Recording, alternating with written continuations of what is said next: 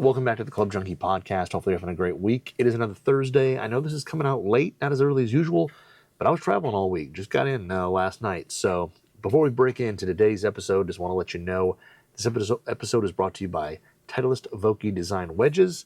And the Vokey Design team is always grinding and always coming up with new ways to make each new release better than the last. With the new Vokey SM10 wedges, they've done it again, thanks in no small part to the tremendous input they get from countless tour pros who play Vokey wedges. Better players make better wedges. The feedback the tour pros give directly leads to the improved performance you'll experience. You know, Aaron Dill out there every week, going over new grinds, modifying things for those players. One example is the CG in the lower lofts of the SM10 shifting up to help full shots hold their line better. Think fewer pulls, more pins. SM10s produce the piercing, low flight tour pros love from a wedge, but any player can benefit from the added control of lower flight. Lower flight, more control, still has high spin. It all just works for better wedge shots. So get better wedges and become a better player with Vokey Design SM10 wedges. Go to Vokey.com to sharpen your short game with SM10 and find a fitter near you. So yeah, this is another week where I was traveling again. So I was gone, got home last night, flew in. I was down in, West Palm Beach or, Palm Beach, Florida, where the Cognizant is this year. And the funny thing is I was actually down there checking out MaxFly and their new irons balls that they're coming out with, which is a whole lot of fun. And we actually stayed at PGA National where the tournament was. From traveling the week before, all that, I didn't put like two and two together. So it was wild. It was super busy, tons of stuff going on, but got to play with the new wedges, play with the new balls. It was a whole lot of fun. Got kind of the lowdown and meet all the people from MaxFly and all that. And it was great. I haven't done much with MaxFly over the years. I knew they make the good tour ball. My brother had actually played on one of the tours. I think the Tour S when he last year, our kind of guys golf outing, our Saragua. He played those, really liked them, had a lot of positive things to say. I know I've seen reviews elsewhere and stuff in the forums about guys playing the MaxFly Tour Ball of the Tour Series. So knew that they had some good reviews and all that, but got to kind of go and talk to the people about them, see the new stuff. They've got a new one. I got to meet Ben Griffin for like one hole. We were playing, and he was set up on a hole, got to hit a shot. So it was, and just to say, I hit it inside Ben, so that was pretty cool. I mean, I do have to say I hit it kind of low on the face. It was about a groove and a half low, and it kind of hit, rolled up, but I hit it inside, Ben Griffin. But he plays the ball, so I got to meet him. That was pretty cool. But overall, just a really fun experience. So had a lot of fun out there, and anytime you get to mess around with some new gear, those irons are on their way. I got to play 18 holes with them, and it was pretty good. I'll talk about that in a later show, but the irons will be on their way. They're shipping them back, so when I get them, I will definitely hit him to put some numbers to it, but also I got to play him, so I'll have a pretty good review. And to be honest, it was a pretty good round. My score looked terrible, but I actually hit the ball really well for all but like the last two holes. 17, 18, I played just god-awful. And then, honestly, but the rest of the holes, I actually played really well. Hit the ball really solid for the most part all day, which was really fun. I just could not get the ball in the hole. I couldn't make a putt, couldn't get in the fall, had way too many three putts. So the short game was kind of a disaster there. But other than that, hit iron solid. I drove it well. There wasn't a whole lot that I did poorly. But I just, like I said, didn't put a good score together. So a whole lot of fun there. But today we're going to talk a little bit about a wood shaft. And today will probably be a little bit shorter episode just because, coming out late, all that. But went out and we're talking about, wood shaft. So the wood shaft is going to be the LA Golf Gold Series shaft. So this is the LA Golf Gold Series. Just came out a little while ago. And basically this is a 65 gram, and it's called the 65 or the GS Mid 65W6. So this is actually the Tour X. So when they asked if I wanted to review this, I was like, yep. And I didn't even realize they sent me the Tour X instead of the X until after I'd already hit it. I think I just built it up, hit it, and then I looked and I was like, wait a minute, that's a 6 on there. What's a 6? So this is the Tour X. So a little bit stiffer than I need for my golf game, but it actually didn't play as hard and stout as you would think. But a very brand new shaft from them. Very cool. I mean, the graphics, the look, super simple. The LA Golf, all in kind of gold there. Full like gold on the Golf. The LA is outlined in gold. Then a little G up near the top of the grip. And then honestly, the only other graphics, which I don't even know if you can see on YouTube, are the shaft flex and all that, which are labeled on the top end. So the rest of the shaft just gloss black. So super, super simple. Really kind of classy, easy shaft, easy shaft to look at. If you're somebody who's distracted by graphics, there are none. But this is kind of a higher launching mid-spin shaft. So this is not crazy low launch, low spin. This is built as something that is going to be a little bit easier to launch and have just a little bit, they even label it as high launch mid-spin. I'm just looking at my, what do you call it? My microphone is like falling off my shirt. I've been on t-shirts. It's tough because there's nothing to like nowhere to put the microphone. But yeah, so anyway, because I'm totally off balance. But yeah, high launch, mid spin, and this thing, yeah, it's got the new thing on this one. It's got boron in it, so not only does it have the 16-sided HD inside. So basically, if you were to cut open at the butt end, it's harder to see nowadays than that was a technology that Matrix originally created, and LA Golf kind of absorbed Matrix's IP, all their intellectual property, and that is the one thing they still do use. So it definitely must work, which is pretty cool. The Matrix ones, I believe, when you used to cut the butt end, you could really see the 16 sides. Like you could see them kind of taper down into the shaft. This one here, it's a little harder to see nowadays. They're a little bit smaller. They're blended in just a little bit more. But it has that in the handle section, and basically it adds to the feel, the durability, kind of the strength of the handle section of the shaft, and going down through it.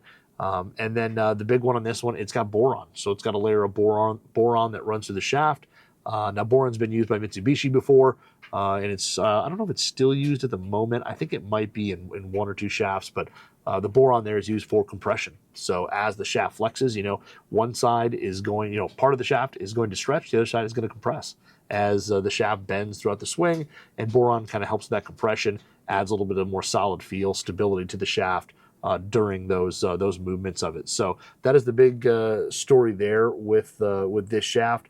Like all LA Golf shafts, they basically use super high-end carbon layers on these, and made in the USA, which is pretty darn cool. So a really good looking shaft. I was pretty interested in this because I played the DJ series and I played the A series. I like both those shafts a lot. I actually had the DJ series when I put that in the Wilson carbon head.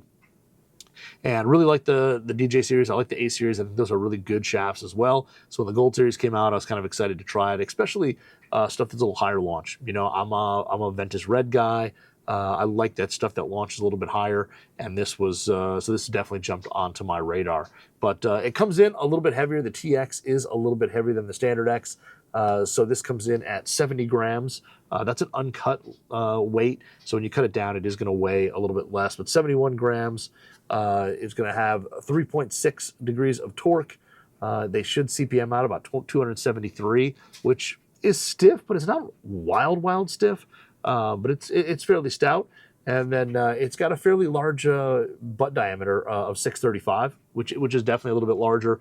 You kind of see 610s and even some 620s. 635 is definitely a little bit on the larger side. And then it, profile-wise, comes out to be basically really stiff handle, kind of a really stiff handle, kind of a stiff midsection, and then a softer tip. So that profile there, as you probably know from a lot of different shafts, that softer tip section is definitely going to help add a little bit of dynamic loft, get that ball in the air, and hit it a little bit higher. So the specs on this are really good. When you look at the X, which is on the number 5 on it, it's about a gram lighter, same torque, and same profile. So really, you're looking at 1 gram and a little bit softer. But overall, feel to this, or like I said, looks, feel, all that. The specs look really good. And honestly, when I first kind of shafted it up, I would not have realized it was a TX. It kind of feels just a hair softer than that when you actually give it the old like waggle test. But it feels like it's going to be pretty smooth. Got it out there, and feel on it is definitely smooth. It's really got, you can definitely feel the flex of the shaft happening kind of in the lower section here in the tip. I guess I didn't mention either, have the all-fit tip on there so I can play it in just about anything. But you could definitely feel flex on this shaft. As it gets to the top and you start to load it, the shaft is going to bend kind of under the logo, which kind of runs halfway down. That whole section stays super, super stout.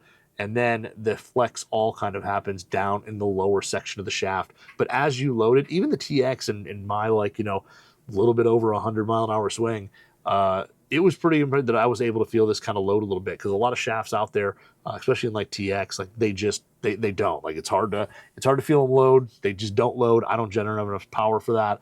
But this one here, you could actually feel it kind of load. So I think players who do swing it harder and faster are really going to like kind of the more active feel of this. Especially if you're looking for that higher launch and a little bit of spin. But yeah, the flex all there kind of comes down. And the same thing, at impact, there's a little bit of liveliness to it. And again, even playing a shaft that is too stiff for you, when you get to have that little bit of feel, it is really nice. And you do get that feel of kick at impact. It's definitely a shaft that you can feel. It's easy to kind of square up. It's not something that you have to, like, say, a Project X Green or something like that. Where it's a super, super stout profile, and you just have to feel like you really have to release the club to get it to turn over and hit it straight.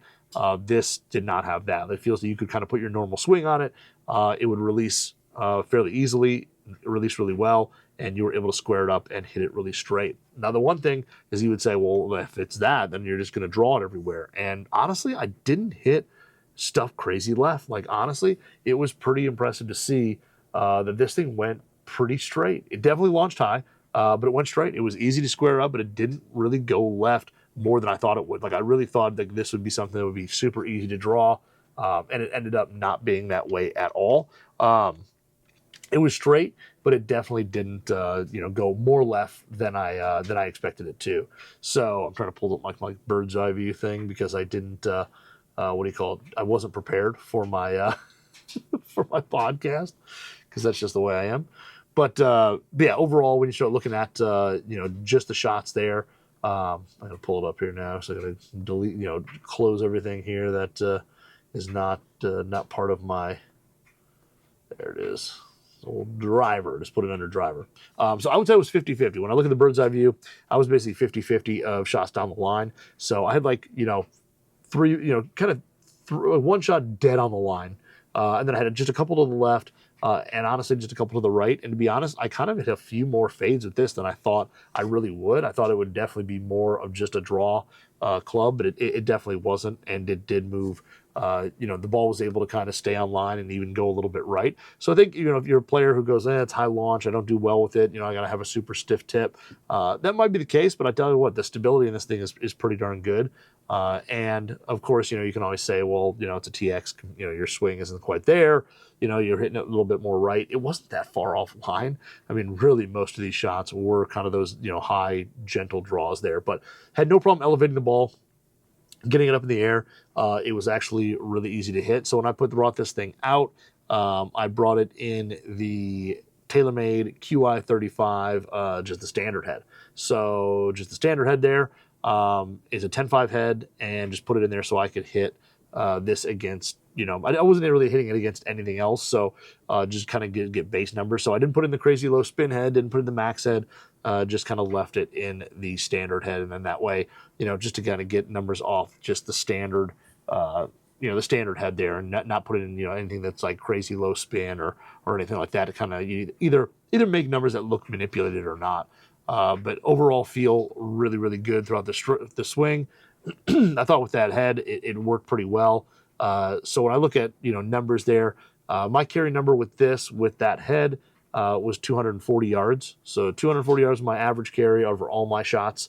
When I looked, definitely hit some that were a little bit better than that, a little bit further. And then had a few misses that ended up, going actually pretty darn well. Honestly, overall, the distance was pretty consistent across all of the shots there. So 240 carry. Spin was definitely a little high. It was 28.33.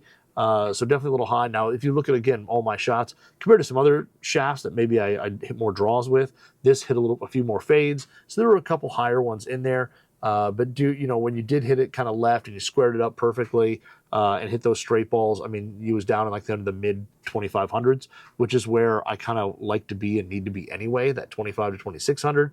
But everything in there, pretty much stayed a little bit, closer to those mid twos. And then got a few over. So when I really faded it, you could see a couple balls got over 3,000 RPM. But then again, the couple that hit left were down in the mid twos. So when you hit it solid, I think yes, it is mid spin. I know for a lot of guys, it's like scary, like, oh, pretty much spin. But when you actually, look at, overall numbers, yes, the number's a little higher than some people would like. But I think overall, when you look at the good shots compared to, some of the misses, those good shots have a really good spin number in the kind of like the 2,600 RPM, which for me, at my ball speed is what I need to keep the ball in the air. So pretty darn good there. And then ball speed, 150.4 was kind of my average for all my shots. So it was really consistent as well. I do have to say, I think this thing produces some good energy. I mean, smash factor wise, ended up being 1.48. And honestly, when I look down the list on like Trackman report, I mean, it's like 147, 148, 147, 148, and it is just one of those two on basically every shot. So no matter where struck in the face, this thing definitely helped produce some ball speed and keep ball speed really consistent. Because the same thing, when you look through that, at 150, there was some a little bit higher, some a little bit less. But really, I mean, I think there was like, the fluctuation was a couple miles an hour, and that's it, which was pretty darn solid. Launch angle ended up being 12.4, and watching the flight on Trackman, definitely was easy to get the ball up in the air. 87 feet was my kind of apex average, so easy to get the ball in the air, easy to launch it. Even when you caught it kind of either low or high in the face, the trajectory there stayed pretty darn consistent as well. When I look at the consistency in terms of launch numbers, same thing. It was just like no matter where you really hit it, you definitely were looking at numbers that just didn't fluctuate a whole lot, which was kind of nice. And when you looked at stuff like where I was pulling up launch, I messed up the thing when I did the thing, and I didn't put launch as like one of the items. So it always like I have to go back in and like look at it. But no, it's when you look at launch there, I mean, 12.4 had a 13.2, a couple in the 11s, but most of the stuff was 12 and a half higher. So easy to launch. I thought, this thing here, if you're somebody who needs that launch, wants ball speed, this thing is fast. It gets in the ball, gets up in the air pretty easily. So yeah, launch 12.4, and like I said, apex of 87. So and that was the same thing. That was pretty darn consistent as well. When you looked at how high the ball went, just easy to get up in the air, kind of a tall, towering trajectory. Not necessarily as boring as some of the other stuff out there. It had a little more kind of a sharper apex, but I still got really roll out of it. I mean, when I look at the total numbers compared to carry numbers, you're still looking at stuff where it's like 259, 273, 264. So I mean, out of a 240 carry, right around average. You're still getting what it's at. And I know Trackman's estimating, but you're still getting, 20 yards of roll out of that or estimating it or something like that. It means it's not coming straight down. You're actually getting a ball that goes out and continues to kind of like land at a fairly flat angle, and you're able to kind of still get roll out of it. So it's not just falling out of the sky, hitting the fairway, and that's done. It was still estimating a decent amount of roll out of that. So, when you look at that, I think that tells you that, just because you can get it high doesn't mean that you're not going to be able to get the maximum potential out of the shaft. So the nice thing too is, those shots that you do hit, on the heel, on the toe, all that, I thought dispersion was really good. Even my misses all stayed in a fairly, a fairly tight circle. There was like one shot that kind of got away that was like, a 50-yard offline right. And that was like one ball. Everything else pretty much stayed within, I'll call it almost 40 yards or 50 yards. You go complete right, complete left, which for me at my driver abilities in terms of consistency is really good. The circle was small, and then, again, the same thing distance wise, it was extremely consistent. That oval from left to right was pretty narrow and kept everything in line really, really well. I like this thing a lot. I think it works really well in driver. I would love to hit it kind of in the low spin head, see if I can get a few more yards out of it to take maybe a little bit of spin off, or put it in kind of one of the like the Elite X, like the draw head, and be able to turn it over even just a little bit faster and hit a few more draws with it. I think you could definitely see a little bit lower spin, a little bit more penetrating flight, and to see a little bit more a little bit more carry out of it, which would be pretty sweet. I also think in terms of like, fairway wood use, I know there's always, guys out there looking for something that kind of launches the ball just a little bit higher off the fairway. I think this thing in a fairway wood could be really, really good. And I think the nice thing is too, I mean, they do make a 75 gram version of this, but even the 65, is the high 60s. When you look at the stiff is even 60, almost 68 grams. Even that, when you look at 68 grams, 70, 71, you could do this in like a lighter club, or kind of a lighter build 3-wood, or even I think mini driver would be awesome. Something off the deck that you could hit high, adds a little bit of spin to it, but it still kind of plays that weight maybe in between your driver and 3-wood. So I think driver, mini driver, fairway. This thing could be really solid. And they do make a set, like I said, 75 gram, and then they make some really light stuff with it as well, all the way down to basically a 45 gram. So, I mean, they make a bunch of different weights with this thing, but I think there's a lot of different uses for a lot of different players, because not only does it get the ball up in the air and all that, but it is stable. It doesn't seem to twist a ton when you hit it off the toe, hit it off the heel. Accuracy was really, really good. And overall, I think it played well. I kind of really want to put this in the PHG Secret Weapon. I might, they did send me another shaft. I've got another one. So I might toss one of these in the Secret Weapon, because I think at 71 grams, cut down, it's going to take a few off it. It'll still be maybe a touch heavier than my driver, but still having that added launch to it off the deck. And like I said, the feel on it is extremely smooth. It's really smooth, really pleasing. I think it could be a really, really good shaft for me in something like that. So either that, or maybe I go with I'm still debating, do I put it there? Maybe like an Elite Tie 3-wood, because either way, I think those things would be great. And then also with this, with like a low spin head, like a DS Adapt LS, or the LS from TaylorMade, or the Triple Diamond. I think the low spin head for my game, this will work really, really well.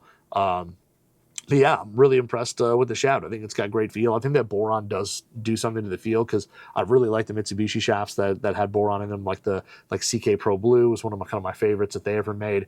And this one here has that kind of same really solid, smooth feel to it. So, when that shaft does flex, an impact, there's no harsh vibration, anything like that. Even when you miss it, it doesn't transmit that harsh vibration to your hands. It stays really smooth and consistent. It's just overall really solid shaft. I like what it did.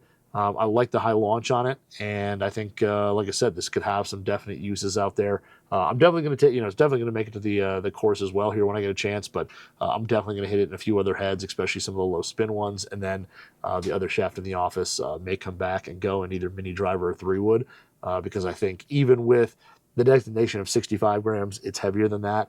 And by the time you cut it down, it's not going to be that much lighter than a lot of 3-wood shafts. So I think this could have a really, really good future in one of those as well. But overall, really impressed. I mean, I think for a high launching head, somebody who needs a little launch, needs a little spin, but doesn't want to sacrifice and have to go, sacrifice dispersion or anything like that, this is really nice. And then also, like I said, it's really solid feeling. It's not super whippy. It's got enough flex to it that you're going to feel it load. You're going to feel it kick at impact, but it's not super whippy. And it's also not going to feel loose. When you're hitting shots, it feels tight, swing after swing. They felt extremely consistent. Like I said, when I look at the numbers from my Trackman session there, it definitely was very consistent in kind of all the aspects, all the parameters. There wasn't wild differences out there between misses and good shots.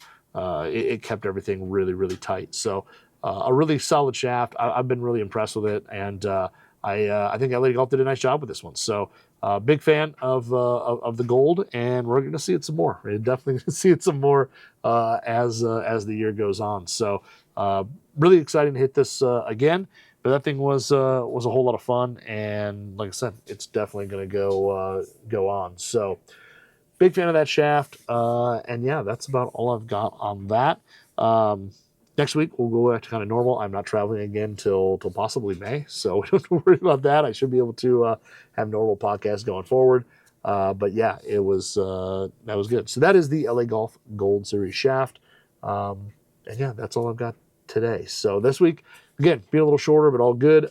Next week, we'll be back to regular schedule, me rambling on for longer and longer. So hopefully you guys have a good weekend. Play some golf if you can. I'm definitely going to try to get out to the old sim. I need to hit some more product, but I did get to play. and that was a whole lot of fun. So that was kind of nice. But hopefully you guys have a good weekend. Play some golf if you can, and we'll chat next week. Again, if you could like, subscribe, do whatever wherever you're watching this, that would be awesome. And then if you want to follow me on Instagram at Club Junkie Pod, I know we did a great little Q&A yesterday when I was flying home. Got a lot of good questions, so we'll do that again next week, and it'll be back to normal. I'll have my ugly face on there. So hopefully you guys have a good one, and we'll talk next week.